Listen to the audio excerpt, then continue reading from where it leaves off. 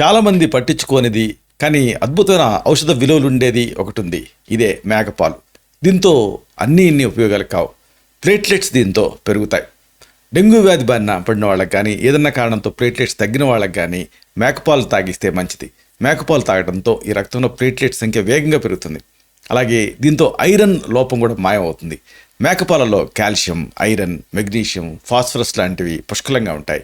ఇవి జీర్ణమైనటువంటి ఆహారాన్ని గ్రహించడానికి సహకరిస్తాయి.